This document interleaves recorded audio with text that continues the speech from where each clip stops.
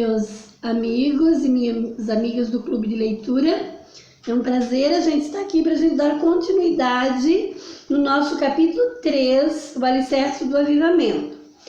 O último capítulo 2 foi confrontando as motivações e eu espero que você tenha realmente se colocado diante da palavra e tenha surtido efeito, você tenha descoberto as verdadeiras motivações do seu coração, assim como eu estive diante da palavra e sei quais são as motivações do meu coração. Amém? Então a gente está dando continuidade no Clube do Livro, a gente está lendo o Avivamento do Odre Novo, do pastor Marcos de Souza Borges. Estamos no capítulo 3, que é o Alicerce do Avivamento. Pai de órfãos e juiz de viúvas, é Deus na sua santa morada.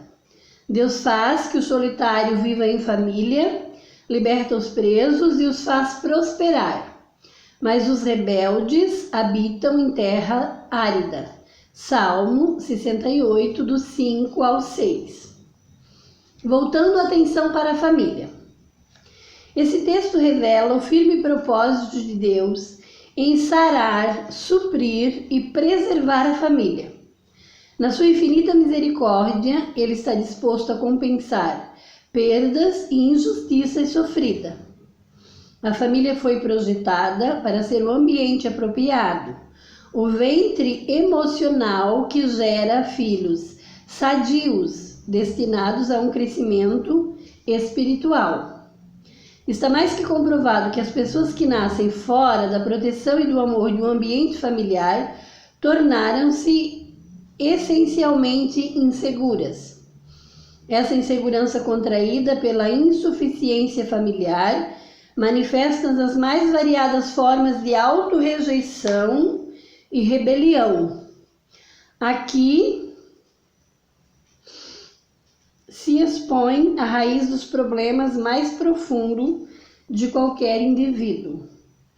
A raiz dos problemas é autorrejeição e rebelião.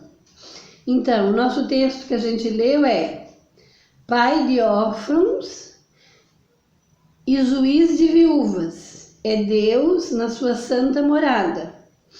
Deus faz que o solitário viva em família, liberta os presos e os faz prosperar, mas os rebeldes habitam em terra árida.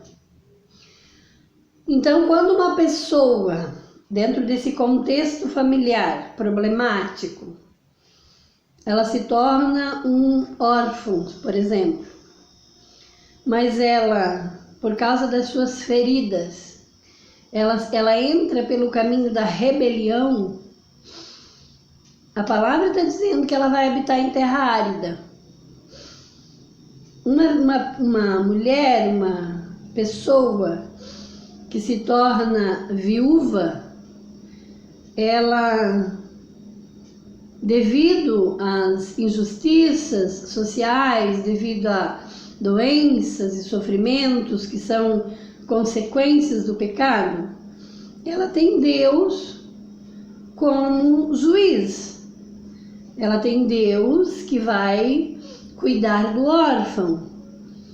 Mas se essa pessoa não fizer este caminho de aproximação de Deus e ela se revoltar contra Deus, a Bíblia diz que ela vai habitar em terra árida. O principal campo de batalha espiritual é interno. A mais ardilosa estratégia de ataque tem sempre uma conotação infiltrativa, ou seja, é na mente e também na família, na igreja, que vamos enfrentar as maiores investidas satânicas. O inimigo, ele sempre vai procurar uma forma de infiltrar algo na mente da pessoa, para que ele tenha condição de derrubar essa pessoa, de vencer essa pessoa, de levar essa pessoa para o caminho da rebeldia. ele tem as armadilhas dele, ele prepara de uma maneira que ele tenha uma forma, uma conotação infiltrativa, ele diz aqui. Quer dizer, ele vai fazer isso com a família e ele vai tentar fazer isso com a igreja. O escritor está dizendo que é nessas 3 áreas que nós vamos enfrentar as maiores investidas satânicas. O ponto de ataque, invariavelmente, parte do princípio de ferir o referencial de autoridade. O pilar mestre da família é a figura paterna, que provê um referencial divino para os filhos e a esposa. A ausência do referencial paterno impõe um jugo de orfandade e viuvez que desestabiliza o ambiente familiar, provocando insegurança e desproteção. Por isso, o diabo é o pai da orfandade. A ausência do referencial. Então, o inimigo começa a trabalhar o ponto estratégico dele, ele sempre vai procurar ferir a autoridade, o pilar mestre da família, que é a figura paterna. Esses filhos, essa família que perde esse referencial, ele vai se tornar um alvo fácil para o inimigo. Porque daí o inimigo começa a fazer a comparação, colocar o pai como um referencial, comparando o pai como Deus. E daí essa pessoa, ela é levada, muitas das vezes, não são todos, que são levados para o caminho da rebeldia. Daí a vida dessa pessoa vai se tornando cada vez mais problemática, cada vez mais triste. A Bíblia diz que a terra que ela passa a habitar é uma terra árida. Isso está falando da terra que somos nós mesmos. O nosso ambiente, a nossa vida se torna uma vida árida. O que mais vemos são famílias com pais ausentes devido ao adultério, ao alcoolismo. Uma supermãe que assume tudo o que, impulsionada pela insegurança, torna-se o sargento da casa, e os filhos sentindo os efeitos colaterais dessa inversão de papéis. Gente, olha só, né? Porque daí a mãe é impulsionada, né, pela insegurança, daí ela assume. E os filhos, eles ficam sentindo os efeitos colaterais dessa inversão de papéis. Enquanto isso, o inimigo fica trabalhando, né, para roubar a pessoa da presença dela, ir buscar em Deus essa ajuda que ela precisa. Deus se apresenta nesse Salmo 68, verso 5, como referencial de paternidade. Jesus abriu mão do direito de ser o unigênito Filho de Deus, tornando-se o primogênito, através de sua morte e ressurreição, incluindo-nos no seu reino e família. Foi um preço altíssimo. Tínhamos sido sequestrados pela morte, vítimas dos nossos próprios pecados, separados de Deus. Jesus pagou o preço do nosso resgate e nos trouxe de volta, dando-nos o Espírito que clama, Abba, Pai. Não para sermos escravos da religiosidade, porém filhos legítimos que desfrutam de total liberdade e têm um acesso íntimo ao coração do Pai. Jesus, que era unigênito, ele abriu mão do direito de ser unigênito para se tornar o primogênito entre muitos irmãos. Não para que nós nos tornássemos escravos da religiosidade, porque a religiosidade, ela prende uma pessoa. A religiosidade, ela oprime uma pessoa. Essa pessoa não vai ter liberdade como nós precisamos ter essa liberdade com o Senhor. Essa é a dinâmica da restauração familiar. A paternidade de Deus expulsa a companhia da solidão, solta as cadeias da rejeição e faz a personalidade prosperar. Porém, para Deus romper o jugo da orfandade, é necessário que rompamos o jugo da rebelião em nossa vida. Enquanto não o fizermos, habitaremos num território emocional e espiritual totalmente árido e estéril. É necessário abrirmos mãos da posição de vítimas e sermos batizados pelo ministério da reconciliação. Então aqui, é necessário abrirmos mão da posição de vítima, para que a gente entre no direito que Cristo nos concedeu, que Cristo ganhou para nós com o seu sacrifício. Nós precisamos romper com o jugo da rebelião. Se nós não entrarmos pelo caminho da humilhação e não descobrir que nós estamos sendo rebeldes, que não era propósito de Deus de que a gente se tornasse pessoas abandonadas, vítimas do pecado dos nossos pais, da nossa família. Isso nunca foi propósito de Deus.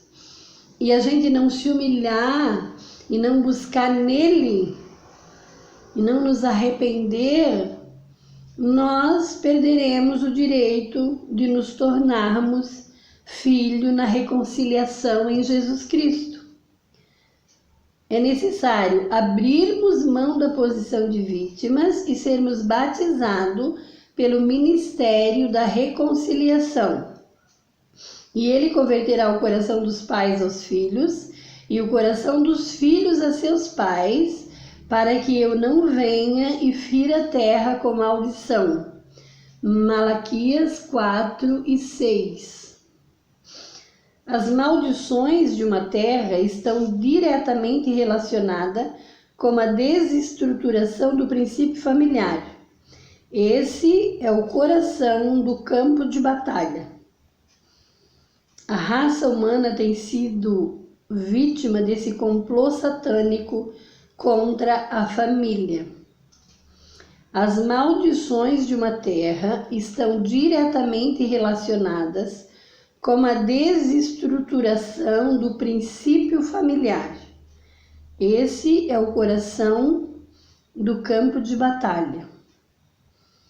O inimigo ataca as famílias, destrói as famílias, destrói o conceito de família segundo a vontade de Deus, para que ele ganhe terreno, espaço numa terra, para que ele consiga destruir uma cidade, uma nação.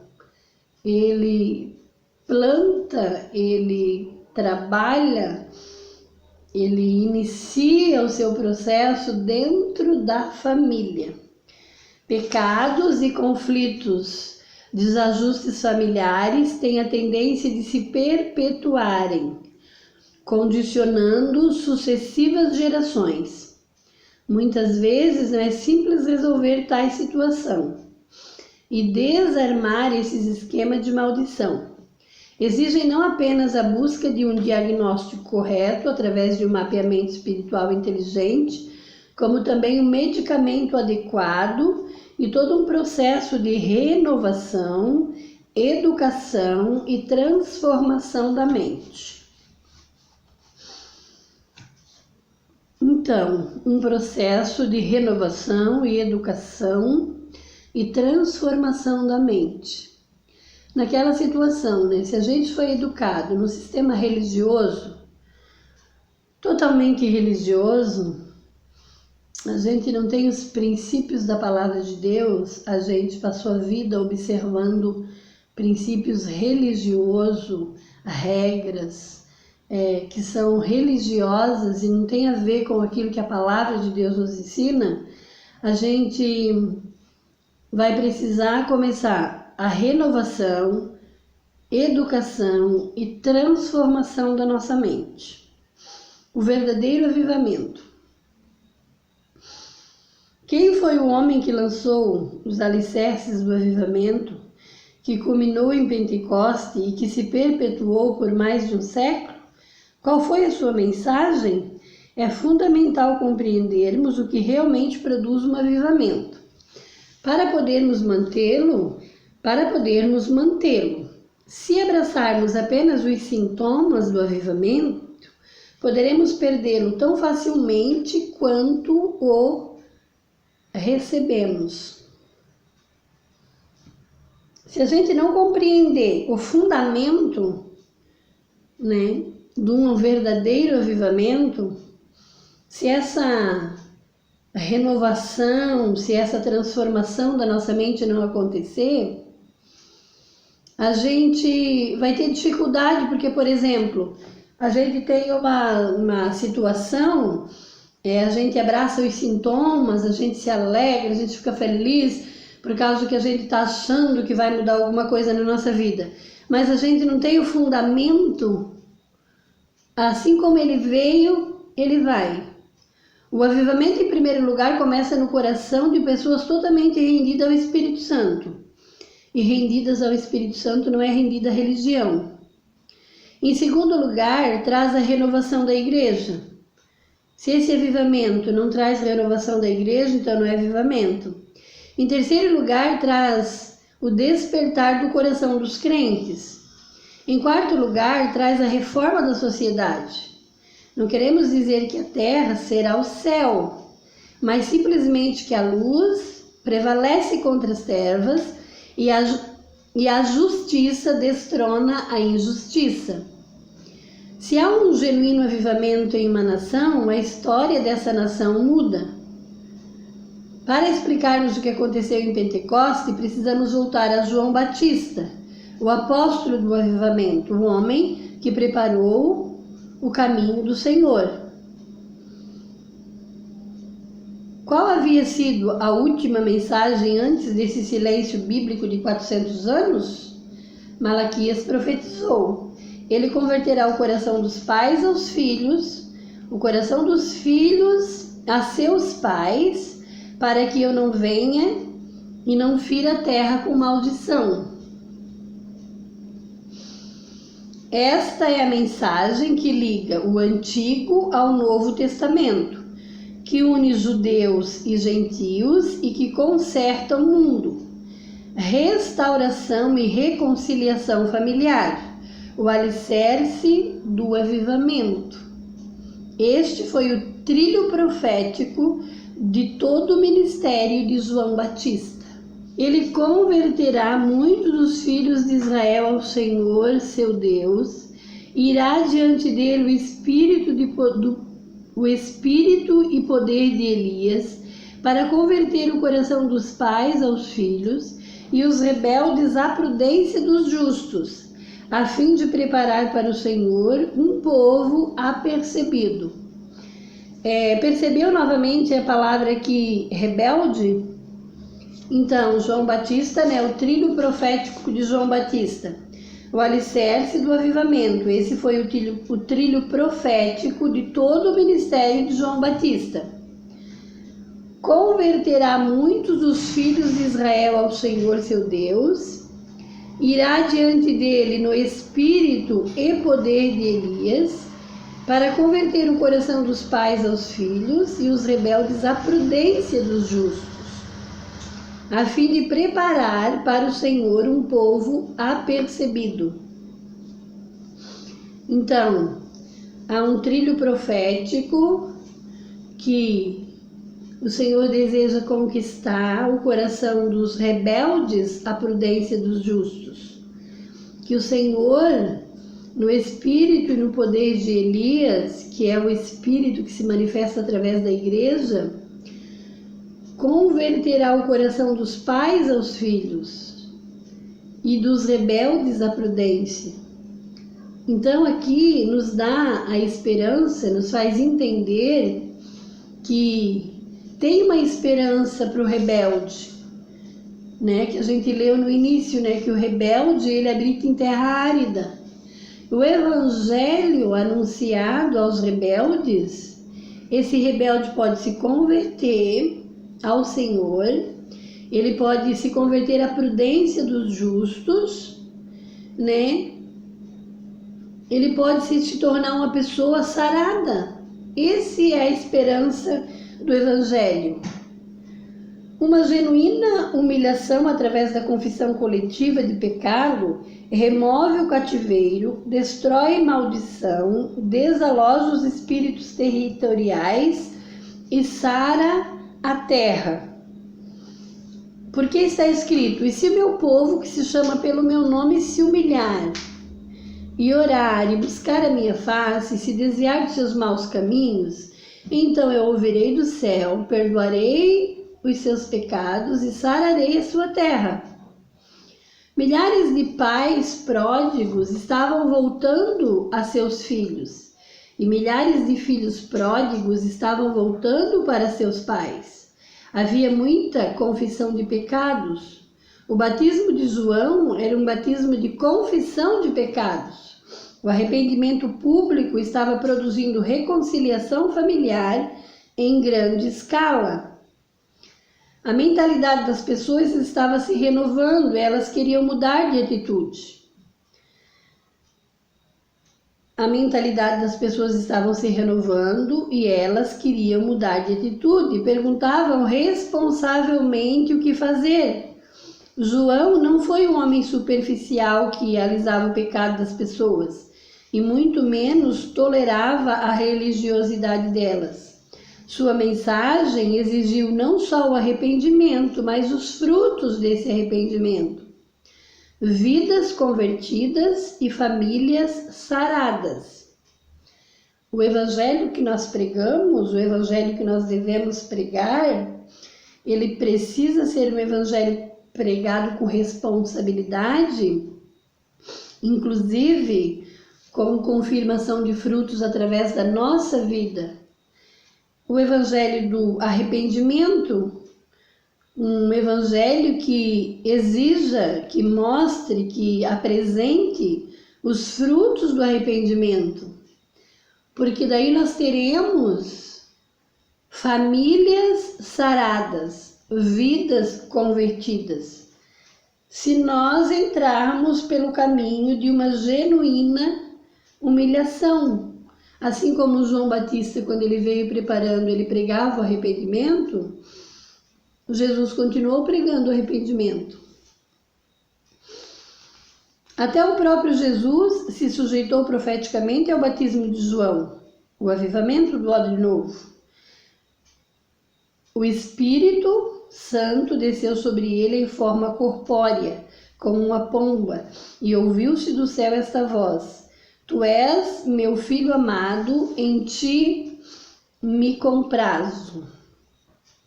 Arrependimento por identificação e confissão de pecados.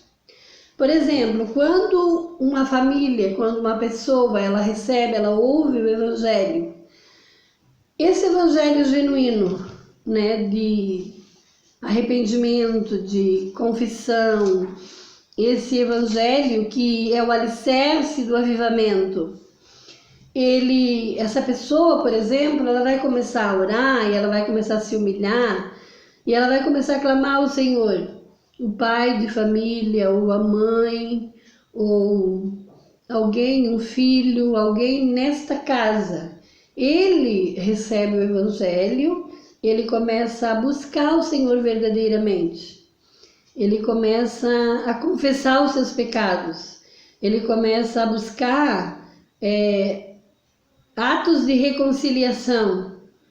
Então, vai começar a se manifestar na vida dessa pessoa, à volta dessa pessoa, o verdadeiro avivamento, porque vai gerar frutos. O testemunho profético resume a mais ofensiva atitude de batalha espiritual que emudece toda a argumentação e acusação demoníaca. Isso prepara o caminho e endireita as veredas do avivamento. Principados e potestade perdem totalmente sua força de ação e são obrigadas a se retirar. Os demônios não suportam a unção que o quebrantamento e a unidade começam a trazer e são facilmente expulsos. Então aqui eu percebo, conforme o pastor vai colocando, que quando uma pessoa ela recebe o verdadeiro avivamento, ela recebe o verdadeiro evangelho, e ela começa a trilhar por esse caminho de arrependimento, de confissão, e ela começa a se identificar na sua família, se arrepender, chorar. O Senhor, o Espírito Santo, esse Espírito, né, que é o Espírito que atua na igreja, que é aquele texto que nós acabamos de ler, que no Espírito e no poder de Elias, ele vai gerar essa mudança dentro dessa família. O verdadeiro pilar de um avivamento consistente é a reconciliação e a restauração familiar através do poder da cruz. Esse ponto pode fazer a diferença entre o mover de Deus e a transformação profunda de Deus, entre a visitação e a habitação de Deus na terra, entre o soprar de Deus e o avivamento que perdura. O verdadeiro pilar de um avivamento consiste, o verdadeiro pilar de um avivamento consistente é a reconciliação e a restauração familiar. Quando a gente recebe esse evangelho que nos leva à reconciliação familiar, à restauração, que nos convence a nos humilhar, a pedir perdão, que nos dá aquele coração de voltar e reconhecer os nossos erros. Se nós pecamos contra os nossos pais, nós vamos pedir perdão, porque a Bíblia diz que Ele converterá o coração dos pais aos filhos e dos filhos aos pais. Quando a pessoa não entende, ela vai para uma igreja e ela começa a se entrar naquela questão da religiosidade e ela abraça aquilo que não é o verdadeiro avivamento. Ela começa a viver daquela maneira que não levou ela a reconhecer os seus pecados, a fazer confissão, a pedir perdão. Então ela não vai ser um testemunho dentro da sua família. E o avivamento, que ele é consistente, ele vai começar numa restauração familiar. Então ele diz, esse é o ponto que faz a diferença entre o mover e a transformação. Às vezes, existem muitos casos de que a gente vê o mover de Deus, mas a transformação profunda de Deus na vida de uma pessoa, a gente não vê. Entre a visitação e a habitação de Deus. Às vezes o Senhor visita, às vezes o Senhor sopra, o Senhor se manifesta porque Ele quer chamar a nossa atenção, Ele quer nos restaurar, Ele quer tirar nós dessa terra árida. Mas a gente precisa identificar e buscar o Evangelho que traz o verdadeiro arrependimento, que é o ministério da reconciliação. Do contrário, nós vamos ficar vivendo de sopro em sopro de Deus. A gente vê uma coisa legal, a gente vê o movimento, a gente canta hinos maravilhosos, mas não passa disso. A gente continua habitando em terra árida. A gente vê um certo mover de Deus, mas transformação não acontece. E daí, com o passar do tempo, isso vai trazendo uma frustração, isso vai trazendo um sofrimento, a pessoa vai desanimando. Por quê? Porque a pessoa não entendeu o mistério da reconciliação, o ministério da reconciliação. A pessoa não entendeu o que é o verdadeiro avivamento. Ela não foi levada ao arrependimento, ela não converteu o coração dela aos pais ou o coração dela aos filhos. Ela não conseguiu promover essa reconciliação familiar.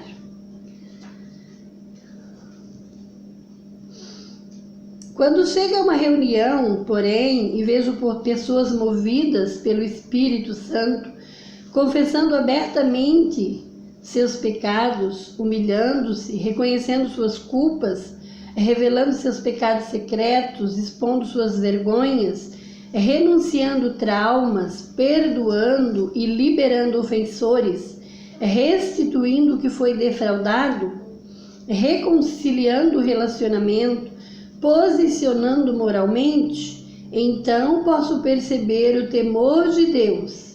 Esse é o cheiro do avivamento, um ambiente de verdadeira libertação e conquista espiritual. O autor está dizendo aqui que quando ele chega numa igreja, num lugar que ele vê muito barulho, muita profecia, muito falando em outras línguas, tá, isso é bom, mas isso não é prova de que a pessoa realmente se converteu, de que a pessoa realmente recebeu sobre a vida dela o verdadeiro avivamento.